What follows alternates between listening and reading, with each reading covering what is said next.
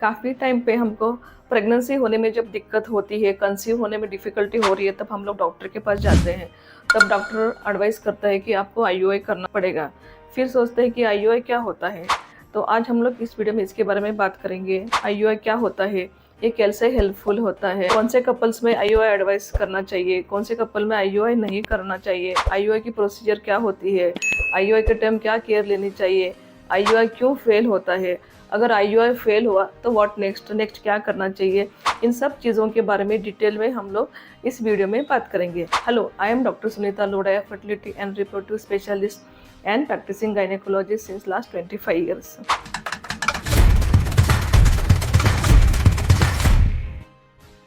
IUI क्या होता है? आईयूआई मतलब intra uterine insemination. Intra uterine मतलब यूट्रस के अंदर, इंट्रा यूट्राइन यूट्रस के अंदर इंसेमिनेशन, सीमेन को अंदर डालते हैं। So it is intra uterine insemination of husband. जब ओव्यूलेशन होता है उसके बाद में हस्बैंड का सैंपल बाहर लिया जाता है, सीमेन का सैंपल बाहर लिया जाता है, उसको लेबोरेटरी में वॉश करते हैं। वॉश करने के बाद में उसमें अच्छे क्वालिटी के स्पर्म्स जिनकी मोटिलिटी अच्छी है उनको ऊपर लाया जाता है, उनको न्यूट्रिशन दिया जाता है। बाद में ये जो स्पर्म्स है उनको कैथेटर में लेके कैथेटर के थ्रू लेडी के यूट्रस के अंदर डाला जाता है। इसको आईयूआई कहते हैं। अब ये आईयूआई कैसे हेल्पफुल होता है? सबसे पहली चीज़, काफ़ी बार क्या होता है, औरत के शरीर में हस्बैंड के स्पर्म के विरुद्ध एंटीबॉडीज बनते हैं, उनके शुक्राणु के अगेंस्ट एंटीबॉडीज बन जाते हैं जिनको एंटी स्पर्म एंटीबॉडीज कहते हैं। मतलब उसका हस्बैंड का जो शुक्राणु है, जो स्पर्म है, उसको फीमेल की बॉडी फॉरेन बॉडी समझती है, इसलिए उसके अगेंस्ट एंटीबॉडीज बन जाते हैं।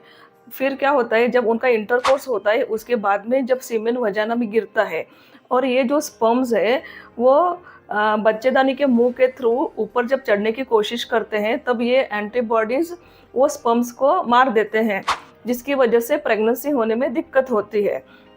ऐसी केस में आईयूआई हेल्पफुल होता है, क्योंकि आईयूआई में हम लोग कैथेटर के थ्रू स्पर्म्स को डायरेक्टली यूट्रस के अंदर डालते हैं, जिसकी वजह से यूट्रस का जो माउथ होता है उसको हम लोग बाईपास करते हैं। ये एंटीबॉडीज़ यूजुअली अगर बच्चेदानी के मुंह के आजू बाजू में होते हैं, लेकिन आईयूआई में हम लोग ये बच्चेदानी का जो मुंह होता है उसको हम लोग बाईपास करके कैथेटर के थ्रू सीमेन को डायरेक्टली यूट्रस के अंदर डालते हैं, इसलिए उनका सक्सेस होने का चांस बढ़ जाता है। और स्पर्म्स को यूट्रस से ट्यूब तक उतना ही ट्रैवल करना पड़ता है, जबकि नॉर्मल नेचुरल केस में स्पर्म्स को वजाइना, फिर सर्विक्स के अंदर जाके, फिर बच्चेदानी के अंदर जाके, फिर ट्यूब तक पहुंचना पड़ता है। तो हम लोग आईयूआई के थ्रू स्पर्म्स का जो ट्रैवल टाइम है उसको कम कर देते हैं, जिसकी वजह से सक्सेस रेट होने का चांस बढ़ जाता है। फिर दूसरा रीज़न, आईयूआई में जो सीमेन वॉश किया जाता है उसकी वजह से स्पर्म की क्वालिटी बढ़ जाती है, उनकी मोटिलिटी बढ़ जाती है। स्पर्म्स को न्यूट्रिशन मिलता है मीडिया के थ्रू, जिसकी वजह से उनका मोटिलिटी बढ़ जाता है और जो क्वालिटी अच्छे नहीं है ऐसे स्पर्म्स रह जाते हैं, तो इसलिए सक्सेस रेट होने का चांस ज़्यादा होता है। और ये आईयूआई जनरली हम लोग ओव्यूलेशन के बात करते हैं, मतलब जब हम लोग स्कैनिंग के थ्रू कंफर्म करते हैं कि जब लेडी का एग पूरा फॉलिकल जितना मैच्योर होना था 18 to 20 mm जितना बन गया है, फिर उसको हम लोग फूटने का इंजेक्शन देते हैं और उसके 36 to 48 आवर्स के बाद में आईयूआई किया जाता है। तो हम लोग ये ओव्यूलेशन के बाद में करते हैं, इसकी वजह से सक्सेस रेट होने का चांस ज़्यादा होता है। नेचुरली जब पेशेंट इंटरकोर्स करता है तब उसमें सक्सेस रेट होने का चांस 4 to 5% होता है, वही सक्सेस रेट आईयूआई के बाद में डबल हो जाता है, अराउंड 10% सक्सेस रेट उनका हो सकता है। अभी हम लोग देखेंगे कौन से कपल्स को आईयूआई एडवाइस करना चाहिए। सबसे पहली बात, अनएक्सप्लेन इनफर्टिलिटी। मतलब कभी कभी क्या होता है, लेडी के शरीर में उनका दोनों ट्यूब खुले हुए होते हैं, उनका ओव्यूलेशन होता रहता है, हस्बैंड का स्पर्म काउंट भी बराबर रहता है, कोई ऐसा विजिबल प्रॉब्लम नहीं होता है, तो भी उनको कंसेप्शन होने में दिक्कत होती है, तो भी प्रेगनेंसी नहीं ठहरती है। तो ऐसी केस में सबसे फर्स्ट आईयूआई एडवाइस करते हैं। इस कंडीशन को हम लोग अनएक्सप्लेन इनफर्टिलिटी कहते हैं।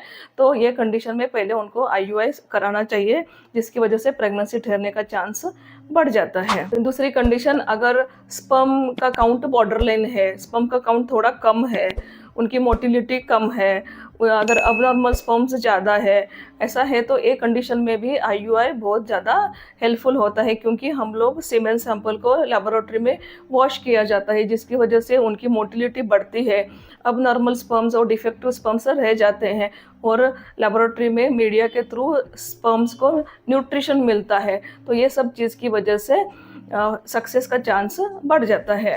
फिर थर्ड रीज़न, कभी कभी कपल को इंटरकोर्स करने में दिक्कत होती है, मतलब कभी कभी उनको प्रीमैच्योर इजैकुलेशन का प्रॉब्लम रहता है या इरेक्शन होने में डिफ़िकल्टी रहती है, वह जब चाहिए तभी उनको इंटरकोर्स होने में डिफ़िकल्टी होती है, तो ऐसे भी कंडीशन में आईयूआई का बहुत यूज़ होता है।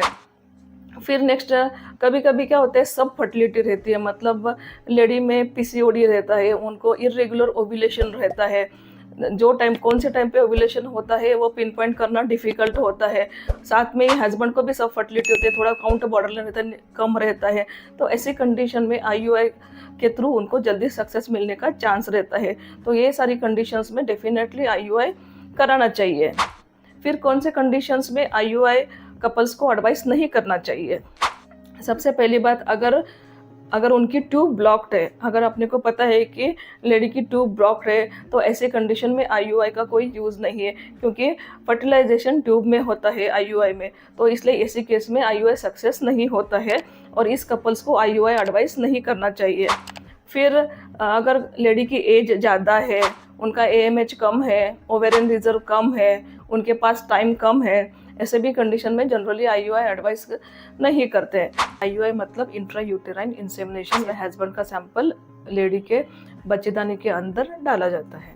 तो जब हम लोग आईयूआई स्टार्ट करते हैं तो पेशेंट को सेकंड डे ऑफ मेंसेस बुलाया जाता है क्लिनिक में और उनका सोनोग्राफी किया जाता है। Sonography generally TVA scanning, transvaginal sonography, शरीर के अंदर से योनि के मार्ग से उनका स्कैनिंग किया जाता है और उनकी ओवरी में, अंडाशय में फॉलिकल को देखा जाता है। तो जनरली जब सेकंड डे लेडी सोनोग्राफी के लिए आती है तब उनकी ओवरी में कोई सिस्ट है, गांठ है, हम चेक करते हैं। अगर सिस्ट गांठ नहीं है, ये कंफर्म होने के बाद में उनको प्रेगनेंसी के लिए फॉलिकल बनने के लिए दवाई शुरू की जाती है और उनको फिर डे 7 से हम लोग फॉलिकल की ग्रोथ कैसी हो रही है वो चेक करने के लिए हम लोग अल्टरनेट डे बुलाते हैं, जिसको फॉलिकुलर स्टडी कहते हैं। इस फॉलिकुलर स्टडी के बारे में हमने डिटेल में वीडियो बनाया है, आप उनको जाके चेक कर सकते हैं। फिर फॉलिकुलर स्टडी के लिए लेडी को अल्टरनेट डे बुलाया जाता है और उनकी फॉलिकल की ग्रोथ कैसे हो रही है वो चेक किया जाता है, एडिक्वेट ग्रोथ हो रही है कि नहीं हो रही है। अगर डॉक्टर को लगता है कि उसकी ग्रोथ एडिक्वेट नहीं हो रही है तो साथ में इंजेक्शन, हार्मोन के इंजेक्शन भी दिए जाते हैं। जब फॉलिकल की ग्रोथ जितनी चाहिए उतनी हो जाती है, मतलब अप्रॉक्सीमेटली हम उसको मैच्योर फॉलिकल कहते हैं, 18 to 20 mm इतना जब फॉलिकल की ग्रोथ हो जाती है तब उनको बीज फूटने के लिए इंजेक्शन दिया जाता है, जिसको ट्रिगर कहते हैं। इंजेक्शन देने के बाद 36 to 40 आवर्स के बाद, इंजेक्शन के 36 to 40 आवर्स के बाद में अंडा फूटना हम एक्सपेक्ट करते हैं, तो वो टाइम पे हम लोग जनरली आईयूआई एडवाइस करते हैं। इंजेक्शन के 36 to 40 आवर्स के बाद में हस्बैंड और वाइफ को, कपल को हॉस्पिटल में, क्लिनिक में बुलाया जाता है। तभी हस्बैंड को सीमेन सैंपल देने को कहा जाता है। सैंपल उनका बाहर निकाला जाता है और उसको लेबोरेटरी में वॉश किया जाता है। उसके अंदर मीडिया डाल के अच्छे क्वालिटी के स्पर्म्स ऊपर लाए जाते हैं। जब उसको वॉश करते हैं सीमेन को, तो उसके अंदर जो खराब क्वालिटी के स्पर्म्स है, कोई डिफेक्टिव स्पर्म्स है, पस सेल्स है, सेमिनल फ्लूइड है, अबनॉर्मल स्पर्म्स है, वो सब निकल जाते हैं। उनकी मोटिलिटी बढ़ाई जाती है, स्पर्म्स को न्यूट्रिशन दिया जाता है और जो अच्छे क्वालिटी के स्पर्म्स है वो उतने ही स्पर्म को कैथेटर में लिया जाता है और कैथेटर में लेके उनको यूट्रस में डाला जाता है। तो ये आईयूआई प्रोसीजर सिंपल होती है। आईयूआई प्रोसीजर के बाद में लेडी को 15 मिनट लेटे रहने के लिए जनरली हम लोग एडवाइस करते हैं। ये ओपीडी प्रोसीजर है, इसके लिए कोई एडमिशन की ज़रूरत नहीं होती है और आप आपका रूटीन वर्क, खाना पीना नॉर्मल जैसा है वो सब कर सकते हो। आपको कोई स्पेशल छुट्टी लेने की ज़रूरत नहीं होती है। It is a very simple procedure. तो आईयूआई में success rate generally 8 to 10% success rate पर साइकिल होता है। अभी हमको आईयूआई के टाइम क्या केयर लेनी चाहिए, क्या सावधानी बरतनी चाहिए?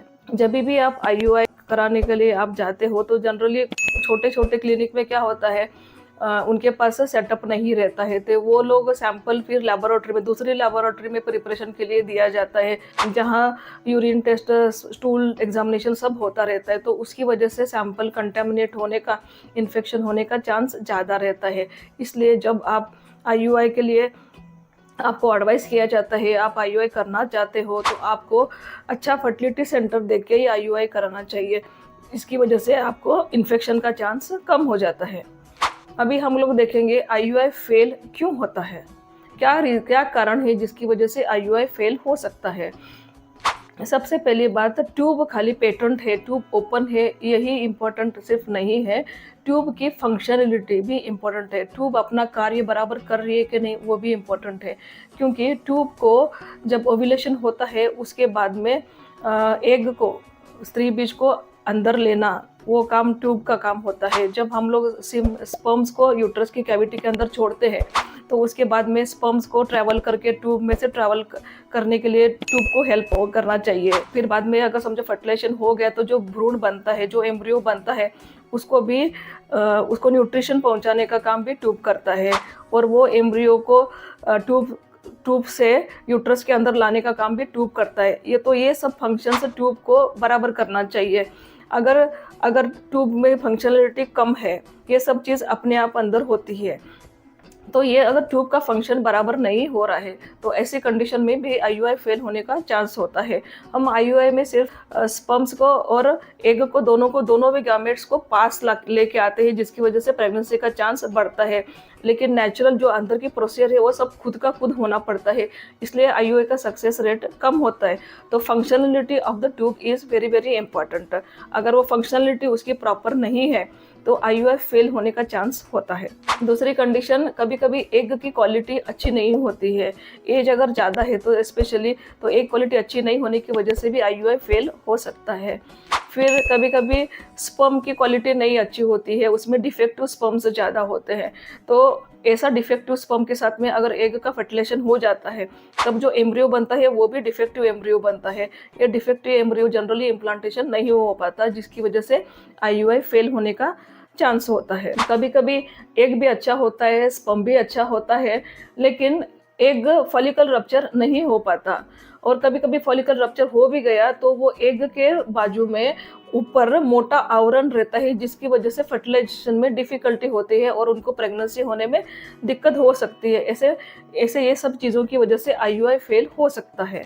अगर अभी IUI फेल हो गया तो व्हाट नेक्स्ट क्या करना चाहिए। IUI एक सिंपल प्रोसीजर है, इसलिए जनरली हम लोग कपल्स को IUI करने का एडवाइस करते हैं। लेकिन अगर रिपीटेडली IUI करने के बाद में भी अगर उनको प्रेगनेंसी नहीं हो रही है, तो उनको IVF के लिए जाना चाहिए।